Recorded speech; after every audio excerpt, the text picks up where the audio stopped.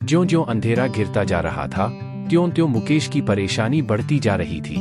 वह कभी दरवाजे की तरफ टकटकी लगाए देखता तो कभी टिक-टिक करती घड़ी की सुइयों को निहारने लगता।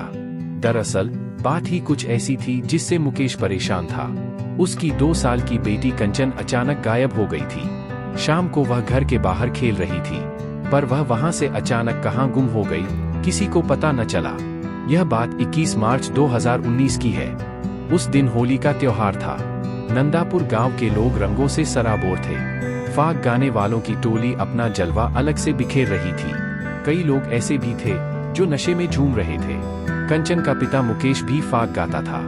फाग गाकर मुकेश जब घर लौटा, तब उसे मासूम कंचन के गुम होने की जानकारी हुई थी। उसके बाद वह कंचन को ढूंढने निकल गया, लेकिन उसका कुछ भी पता न चल पा रहा था। धीरे धीरे गांव में जब कंचन के गुम होने की खबर फैली तो लोग स्तब्ध रह गए। आज भी अनेक गांवों में ऐसी परंपरा है कि किसी के दुखद तकलीफ में लोग एक दूसरे की मदद करते हैं। फाग गाने वाली टोलियों को जब मुकेश की बेटी के गायब होने की जानकारी मिली तो टोलियों ने फाग गाना बंद कर दिया। इसके बाद वे मुकेश के घर पहुंच गए। घर पर मुकेश की पत्नी संध्या का रो रो कर बुरा हाल था। परिवार की महिलाएं उसे सांत्वना दे रही थीं, लेकिन संध्या का हाल बेहाल था। उसके मन में तमाम तरह की आशंकाएं उमड़ने लगी। उधर कंचन की खोज के लिए पूरा गांव एकजुट हो गया था। मुकेश के चाचा रामखेलावन ने 10 से 10 लोगों की टीमें बनाई। चारों टीमों ने टॉर्च व लालटेन की रोशनी में अलग अलग दिशाओं में कंचन की खोज शुरू कर दी। गांव के हर खेत, बाग बगीचे, नदी नाले व झुरमुटों के बीच टीमों ने कंचन की खोज की, लेकिन उसका कुछ भी पता नहीं चला। एक आशंका यह भी थी कि कहीं कंचन भटककर गांव के बाहर न पहुंच गई हो और कोई जंगली जानवर उसे उठा ले गया हो। अतः इस दिशा में भी गांव के आसपास के जंगल व ऊंची नीची जमीन के बीच कंचन की खोज की गई, लेकिन ऐसा कोई सबूत नहीं मिला। रात भर कंचन की खोज हुई, परंतु कंचन के संबंध में कोई जानकारी नहीं मिली। जब मासूम कंचन का कुछ भी पता नहीं चला तो मुकेश अपने चाचा रामखेलावन के साथ थाना बिंदकी पहुंच गया। थाना प्रभारी तेज बहादुर सिंह चंदेल को उसने अपनी 2 वर्षीय बेटी कंचन के लापता होने की जानकारी दे दी। थाना प्रभारी ने कंचन की गुमशुदगी दर्ज कर जरूरी कार्रवाई करनी शुरू कर दी। उन्होंने फतेहपुर के समस्त थानों को वायरलेस से 2 साल की कंचन के गुम होने की खबर भेजवा दी। थाना प्रभारी को लगा कि जब कंचन तलाश करने के बाद भी कहीं नहीं मिली है तो जरूर उसका किसी ने अपहरण कर लिया होगा, और अपहरण फिरौती के लिए नहीं बल्कि किसी रंजिश या दूसरे किसी इरादे से किया होगा। इसकी 2 वजह थी। पहली यह कि मुकेश कुशवाहा की आर्थिक स्थिति इतनी मजबूत नहीं थी कि कोई फिरौती के लिए उसकी बेटी का अपहरण करे। दूसरी वजह यह थी कि 2 दिन बीत जाने के बाद भी मुकेश के पास किसी का फिरौती के लिए फोन नहीं आया था। रंजिश का पता लगाने के लिए थाना प्रभारी चंदेल मुकेश के गांव नंदापुर पहुंचे। वहां उन्होंने मुकेश से कुछ देर तक रंजिश के संबंध में पूछताछ की। मुकेश ने बताया कि गांव में उसकी किसी से कोई रंजिश नहीं है। रुपयों के लेन देन तथा जमीन से जुड़ा कोई विवाद भी नहीं है। इसके बाद थाना प्रभारी तेज बहादुर सिंह चंदेल को शक हुआ कि कहीं मासूम का अपहरण किसी सिरफिरे या नशेबाज ने दुष्कर्म के इरादे से तो नहीं कर लिया, फिर दुष्कर्म के बाद उसकी हत्या कर दी हो और शव को किसी नदी नाले या झाड़ियों में छिपा दिया हो। इस प्रकार का शक उन्हें इसलिए हुआ क्योंकि होली का त्योहार था। नशेबाजी जमकर हो रही थी। हो सकता है कि किसी नशेबाज की नजर बच्ची पर पड़ी हो और वह उसे गलत इरादे से उठा कर ले गया हो। शक के आधार पर उन्होंने पुलिस टीम के साथ नदी नालों, जंगल, झाड़ियों आदि में कंचन की खोज की, लेकिन कंचन का सुराग नहीं मिला। इधर कंचन के लापता होने से कुशवाहा परिवार की आंखों की नींद उड़ी हुई थी। घर के सभी लोगों को इस बात की चिंता सता रही थी कि कंचन पता नहीं कहां और किस हाल में होगी। ज्यों-ज्यों समय बीतता जा रहा था, त्यों-त्यों मुकेश व उसकी पत्नी संध्या की चिंता बढ़ती जा रही थी। धीरे धीरे 3 दिन बीत गए, लेकिन अब तक कंचन का पता न तो घर वाले लगा पाए थे और न ही पुलिस को सफलता मिली थी। तब मुकेश अपने सहयोगियों के साथ फतेहपुर के एसपी कैलाश सिंह से मिलने गया, लेकिन एसपी से उसकी मुलाकात नहीं हो सकी। तब मुकेश ने एसपी कपिल देव मिश्रा से मुलाकात की और अपनी व्यथा व्यक्त की। एएसपी ने उसी समय थाना बिंदकी के थाना प्रभारी से बात की और कंचन को हर हाल में खोजने का आदेश दिया। इसके बाद थाना प्रभारी जीजान से कंचन को ढूंढने में जुट गए। उन्होंने अपने खास मुखबिर भी लगा दिए। पुलिस टीम ने क्षेत्र के आपराधिक प्रवृत्ति के कुछ लोगों को उनके घरों से उठा लिया और थाने लाकर उनसे सख्ती से पूछताछ की। लेकिन उनसे कंचन के बारे में कोई जानकारी नहीं मिली तो उन्हें छोड़ना पड़ा। नाले में मिला कंचन का शव 25 मार्च 2019 की शाम 4 बजे चरवाहे सैमसी नाले के पास बकरियां चरा रहे थे। तभी उनकी निगाह नाले में उतराते हुए एक सफेद रंग के कपड़े पर पड़ी। लग रहा था उसमें किसी बच्चे की लाश हो। चरवाहे नंदापुर व सैमसी गांव के थे। उन्होंने भागकर गांव वालों को यह बात बता दी। यह खबर मिलते ही सैमसी व नंदापुर गांव के लोग नाले की ओर दौड़ पड़े। मुकेश भी बदहवास हालत में वहां पहुंचा। उसी दौरान किसी ने फोन करके यह सूचना बिंदकी थाने में दे दी। सूचना पाकर थाना प्रभारी तेज बहादुर सिंह चंदेल पुलिस टीम के साथ नाले की ओर रवाना हो गए। थाना बिंदकी से सैसली गांव करीब 5 किलोमीटर दूर है। कुछ ही देर में पुलिस वहां पहुंच गई। थाना प्रभारी ने नाले में तैरते हुए उस सफेद कपड़े को बाहर निकलवाया जिसमें कुछ बंधा था। पुलिस ने जैसे ही वह कपड़ा हटाया तो उसमें वास्तव में एक बच्ची की लाश निकली। उस लाश को देखते ही वहां खड़ा मुकेश कुशवाहा दहाड़ मारकर रो पड़ा। वह लाश उसकी मासूम बच्ची कंचन की ही थी। 2 वर्षीय मासूम कंचन की लाश जिसने भी देखी उसी ने दांतों तले अंगुली दबा ली, क्योंकि कंचन की हत्या किसी रंजिश के चलते नहीं की गई थी, बल्कि उसकी बलि दी गई थी। उस बच्ची का श्रृंगार किया गया था। पैरों में महावर, लाल रंग तथा माथे पर टीका लगा था। उसका एक हाथ व एक पैर काटा गया था। उसका पेट भी फटा हुआ था। बच्ची की बलि चढ़ाई जाने की खबर जंगल की आग की तरह पास पड़ोस के गांवों में फैली तो घटनास्थल पर भीड़ और बढ़ गई। बलि चढ़ाए जाने के विरोध में भीड़ उत्तेजित हो गई और शव रखकर हंगामा करने लगी। भीड़ तब और उग्र हो गई जब थाना प्रभारी तेज बहादुर सिंह ने भीड़ को यह कहकर समझाने का प्रयास किया कि कंचन की मौत नाले में डूबने से हुई है। लोगों को उत्तेजित देखकर थाना प्रभारी के हाथ पांव फूल गए। उन्होंने उपद्रव की आशंका को देखते हुए कंचन का शव ग्रामीणों से छीन लिया और थाने में ले आए। पुलिस की इस कार्रवाई से लोग और भड़क गए। तब लोग ट्रैक्टर ट्रॉलियों में भरकर बिंदकी थाने पहुंचने लगे। कुछ ही समय बाद सैकड़ों लोग थाने में जमा हो गए। ग्रामीणों ने थाने का घेराव कर दिया। उन्होंने ट्रैक्टर ट्रॉलियों को सड़क पर आड़े तिरछे खड़ा कर मुगल रोड जाम कर दिया। इससे कई किलोमीटर तक जाम लग गया। घटना के विरोध में लोग हंगामा कर पुलिस विरोधी नारे लगाने लगे। थाना प्रभारी की वजह से भड़क गए लोग। थाना प्रभारी तेज बहादुर सिंह चंदेल को यकीन था कि वह हल्का बल प्रयोग कर ग्रामीणों को शांत करा देंगे, पर ऐसा नहीं हुआ। बल प्रयोग के बावजूद उत्तेजित भीड़ ने पुलिस के कब्जे से कंचन का शव छीन लिया और उसे सड़क पर रखकर हंगामा करने लगे। मजबूरन थाना प्रभारी को हंगामा व सड़क जाम की सूचना वरिष्ठ अधिकारियों को देनी पड़ी। उन्होंने अधिकारियों से अतिरिक्त पुलिस फोर्स भेजने का भी आग्रह किया।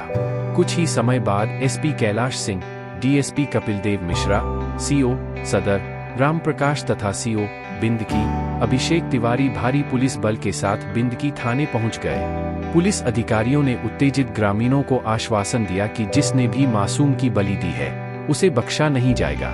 उन्होंने यह भी कहा कि पुलिस ने यदि कोताही बरती है तो संबंधित पुलिसकर्मी के खिलाफ भी कार्रवाई की जाएगी। डीएसपी कपिल देव मिश्रा ने कहा कि आप लोग सिर्फ 2 दिन का समय दें। इस बच्ची का कातिल आप लोगों के सामने होगा।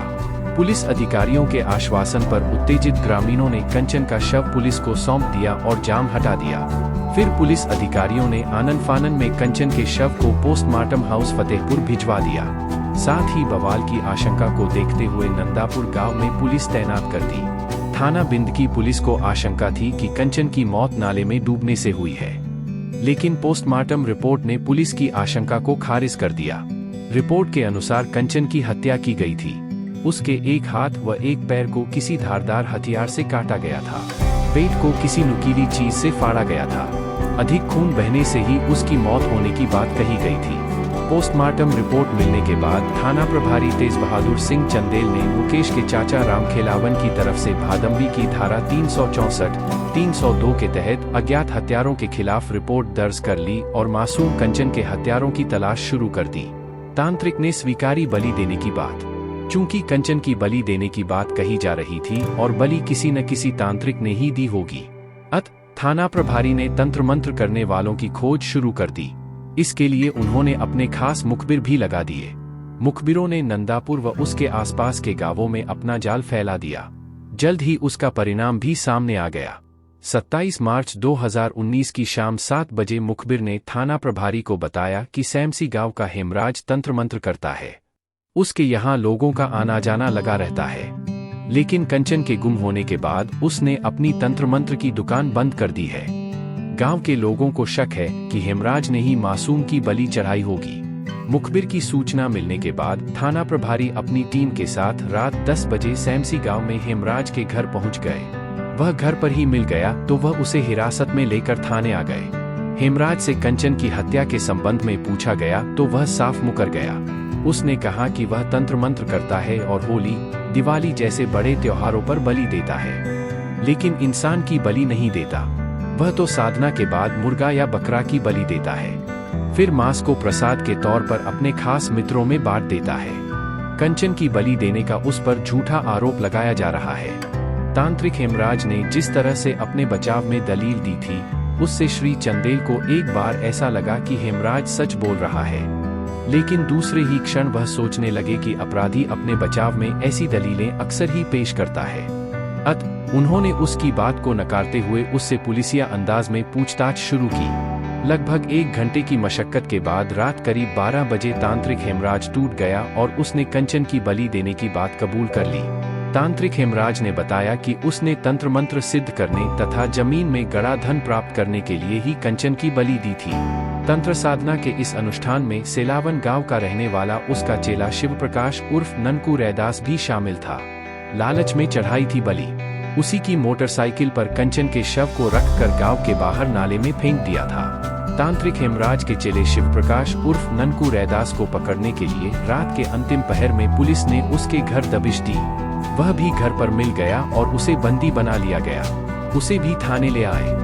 थाने में जब उसकी मुलाकात हेमराज से हुई तो वह सब समझ गया। अतः उसने आसानी से अपना जुर्म कबूल कर लिया। हेमराज की निशानदेही पर पुलिस ने हत्या में प्रयुक्त गंडासा बरामद कर लिया, जिसे उसने अपने घर में छिपा दिया था। पुलिस ने हेमराज के कमरे से पूजन सामग्री, फूल माला, भभूत, सिंदूर, तंत्र मंत्र की किताबें आदि बरामद की। पुलिस ने शिव प्रकाश की वह मोटरसाइकिल भी बरामद कर ली जो उसने शव ठिकाने लगाने में प्रयोग की थी। कंचन के हत्यारों को पकड़ने तथा आला कत्ल बरामद करने की जानकारी थाना प्रभारी ने पुलिस अधिकारियों को दी। सूचना पाते ही डीएसपी कपिल देव मिश्रा, सीओ सदर राम प्रकाश तथा सीओ बिंदकी अभिषेक तिवारी थाने में पहुंच गए। पुलिस अधिकारियों ने अभियुक्त हेमराज व शिव प्रकाश उर्फ ननकू रैदास से घटना के संबंध में विस्तार से पूछताछ की। इसके बाद डीएसपी कपिल देव मिश्रा ने आनन फानन में प्रेस वार्ता आयोजित कर कंचन की हत्या का खुलासा किया। चूंकि अभियुक्त हेमराज व शिव प्रकाश ने कंचन की हत्या का जुर्म स्वीकार कर लिया था, अतः थाना प्रभारी ने दोनों को अपहरण और हत्या के आरोप में विधिसम्मत बंदी बना लिया। पुलिस जांच और अभियुक्तों के बयानों के आधार पर अंधविश्वास और लालच में मासूम बच्ची कंचन की हत्या की सनसनीखेज कहानी इस प्रकार निकली। उत्तर प्रदेश के जिला फतेहपुर के थाना बिंदकी के अंतर्गत एक गांव है नंदापुर। इसी गांव में मुकेश कुशवाहा अपने परिवार के साथ रहता था। उसके परिवार में पत्नी संध्या के अलावा एक बेटी रमन थी। मुकेश के पास 3 बीघा खेती की जमीन थी। इसी की उपज से वह अपने परिवार का भरण पोषण करता था। संध्या चाहती थी बेटा। बेटी के जन्म के बाद संध्या एक बेटा भी चाहती थी, लेकिन बेटी रमन 8 साल की हो गई थी। उसे दूसरा बच्चा नहीं हो रहा था, जिसकी वजह से संध्या चिंतित रहने लगी थी। अपनी मनोकामना पूरी होने के लिए वह विभिन्न मंदिरों में जाने लगी थी। वह हर सोमवार घाटमपुर स्थित कुष्मांडा देवी मंदिर जाती। एक तरह से वह धार्मिक विचारों वाली हो गई थी। इसी बीच वह सितंबर 2016 में गर्भवती हो गई और मई 2017 में संध्या ने एक सुंदर सी बच्ची को जन्म दिया। इस बच्ची का नाम उसने कंचन रखा। संध्या को हालांकि बेटे की चाह थी, लेकिन दूसरी बच्ची के जन्म से उसे इस बात की खुशी हुई कि उसकी कोख तो खुल गई। मुकेश भी कंचन के जन्म से बेहद खुश था। खुशी में उसने अपने समाज के लोगों को भोज भी कराया। नंदापुर गांव के पास ही 1 किलोमीटर की दूरी पर सैमसी गांव बसा हुआ है। दोनों गांवों के बीच एक नाला बहता है, जो सैमसी नाले के नाम से जाना जाता है। सैमसी गांव में हेमराज रहता था। 3 भाइयों में वह सबसे छोटा था। उसकी अपने भाइयों से पटती नहीं थी, अतः वह उनसे अलग रहता था। जमीन का बंटवारा भी तीनों भाइयों के बीच हो गया था। हेमराज झगड़ालू प्रवृत्ति का था, अतः गांव के लोग उससे दूरी बनाए रखते थे। उसके अन्य भाइयों की शादी हो गई थी, जबकि हेमराज की नहीं हुई थी। हेमराज का मन न तो खेती किसानी में लगता था और न ही किसी काम धंधे में। उसने अपनी जमीन भी बटाई पर दे रखी थी। वह तंत्र मंत्र के चक्कर में पड़ा रहता था। कानपुर, उन्नाव और फतेहपुर शहर के कई तांत्रिकों के पास उसका आना जाना रहता था। इन तांत्रिकों से वह तंत्र मंत्र करना सीखता था। तंत्र मंत्र की किताबें भी पढ़ने का उसे शौक था। किताबों में लिखे मंत्रों को सिद्ध करने के लिए वह अक्सर देर रात को पूजा पाठ भी करता रहता था। तांत्रिकों की संगत में रहकर हेमराज ने अंधविश्वासी लोगों को ठगने के सारे हथकंडे सीख लिए थे। उसके बाद वह अपने गांव सैमसी में तंत्र मंत्र की दुकान चलाने लगा। प्रचार प्रसार के लिए उसने कुछ युवक युवतियों को लगा दिया जो गांव गांव जाकर उसका प्रचार करते थे। इसके एवज में वह उन्हें खाने पीने की चीजों के अलावा कुछ रुपए भी दे देता था। अंधविश्वासी आने लगे हेमराज के पास। शुरू में तो उसकी तंत्र मंत्र की दुकान ज्यादा नहीं चली, लेकिन ज्यों-ज्यों उसका प्रचार होता गया उसका धंधा भी चल निकला। फरियादी उसके दरबार में आने लगे और चढ़ावा भी चढ़ने लगा। हेमराज के तंत्र मंत्र के दरबार में पुरुषों की अपेक्षा महिलाओं का आना जाना अधिक होता था, क्योंकि महिलाएं अंधविश्वास पर जल्दी भरोसा कर लेती हैं। उसके दरबार में ऐसी महिलाएं आती जिनके संतान नहीं होती। तांत्रिक हेमराज उन्हें संतान देने के नाम पर बुलाता और उनसे पैसे ऐंठता। कोई कमजोर कड़ी वाली औरत मिल जाती तो उसका शारीरिक शोषण करने से भी नहीं चूकता था। लोकलाज के डर से वह महिला अपनी जुबान नहीं खोलती थी। सौतिया डाह, बीमारी, भूत प्रेत जैसी समस्याओं से ग्रस्त महिलाएं भी उसके पास आती रहती थीं। अंधविश्वासी पुरुषों का भी उसके पास आना जाना लगा रहता था। वह आसपास के शहरों में प्रसिद्ध हो गया तो उसके कई चेले भी बन गए, लेकिन सेलावन गांव का शिव प्रकाश उर्फ ननकू रैदास उसका सबसे विश्वास पात्र चेला था। शिव प्रकाश हृष्टपुष्ट व स्मार्ट था। वह दूध का धंधा करता था। आसपास के गांवों से दूध इकट्ठा कर उसे शहर जाकर बेचता था। शिव प्रकाश एक बार गंभीर रूप से बीमार पड़ गया था। बताया जाता है कि तब तांत्रिक हेमराज ने उसे तंत्र मंत्र की शक्ति से ठीक किया था। तब से वह तांत्रिक हेमराज का खास चेला बन गया था। फुर्सत के क्षणों में शिव प्रकाश हेमराज के दरबार में पहुंच जाता था। 20 मार्च को होली थी। होली के 8 दिन पहले एक रात हेमराज को सपना आया कि उसके खेत में काफी सारा धन गड़ा है। इस धन को पाने के लिए उसे तंत्र साधना करनी होगी और मां काली के सामने बच्चे की बलि देनी होगी। सपने की बात को सच मानकर हेमराज के मन में लालच आ गया और उसने खेत में गड़ा धन पाने के लिए किसी बच्चे की बलि देने का निश्चय कर लिया। हर होली दिवाली पर चढ़ाता था बलि।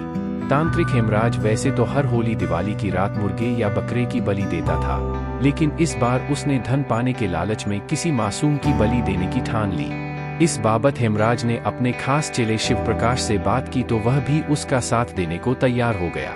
फिर गुरुचेला किसी मासूम की तलाश में जुट गए। शिव प्रकाश उर्फ ननकू का नंदापुर गांव में आना जाना था। वहां वह दूध व खोया की खरीद के लिए जाता था।